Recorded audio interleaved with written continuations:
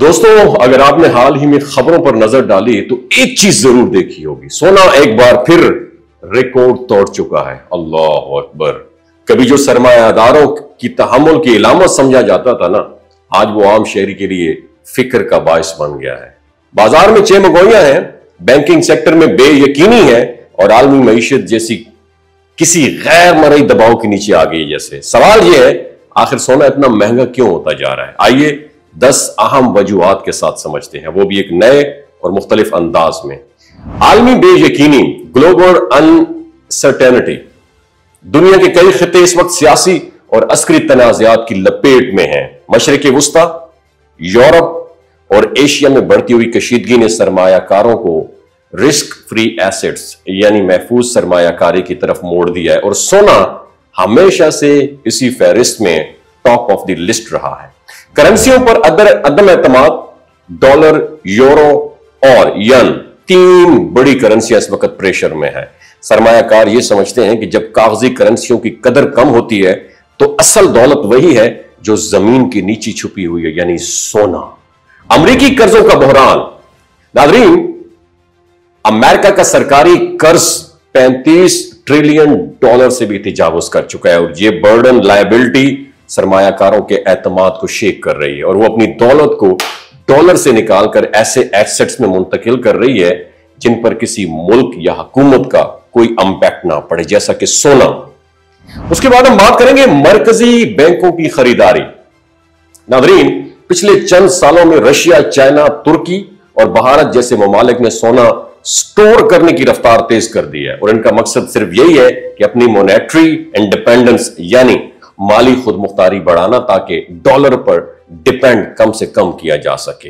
Technology और green energy में तब्दीलियां, ये सबसे बड़ा फैक्टर ये भी है।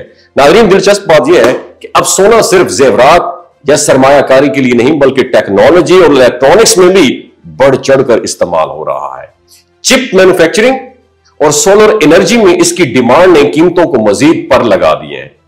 इसके बाद हम बात करेंगे इन्फ्लेशन का दबाव भी है सोने के ऊपर।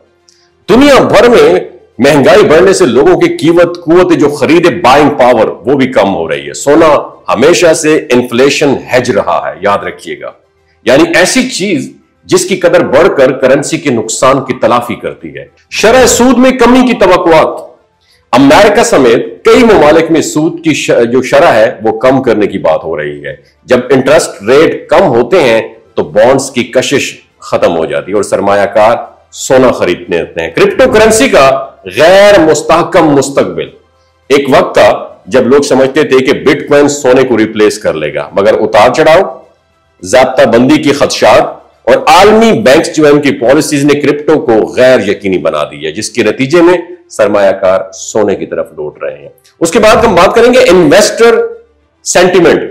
सरमायाकारों की जो नफ्सियात है ये भी बहुत रोल प्ले कर रही है। मार्केट के बड़े खिलाड़ी अक्सर वहां सरमाया लगाते हैं जहां एतमाद हो।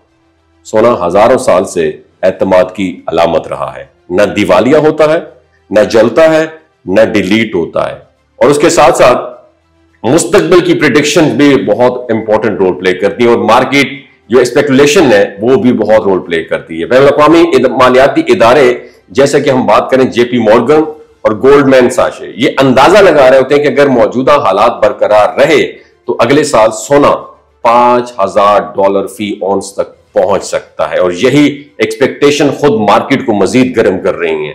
सोना महज, याद रखिए, एक धात नहीं है, यह इंसानी खौफ, उम्मीद और मईशत का आईना है। जब दुनिया गैर यकीनी की लपेट में आती है ना, लोग सोने की चमक में तहफ़्फ़ुज़ तलाश करते हैं। लिहाजा मौजूदा दौर में सोना सिर्फ एक सरमाया नहीं है बल्कि एतमाद की आलमी करेंसी भी बन चुकी है। ये वो 10 वजूहात हैं जिनकी बिना पर सोना दिन ब दिन महंगा होता जा रहा है। आपकी क्या राय है नीचे कमेंट सेक्शन में जरूर बताइएगा। शुक्रिया।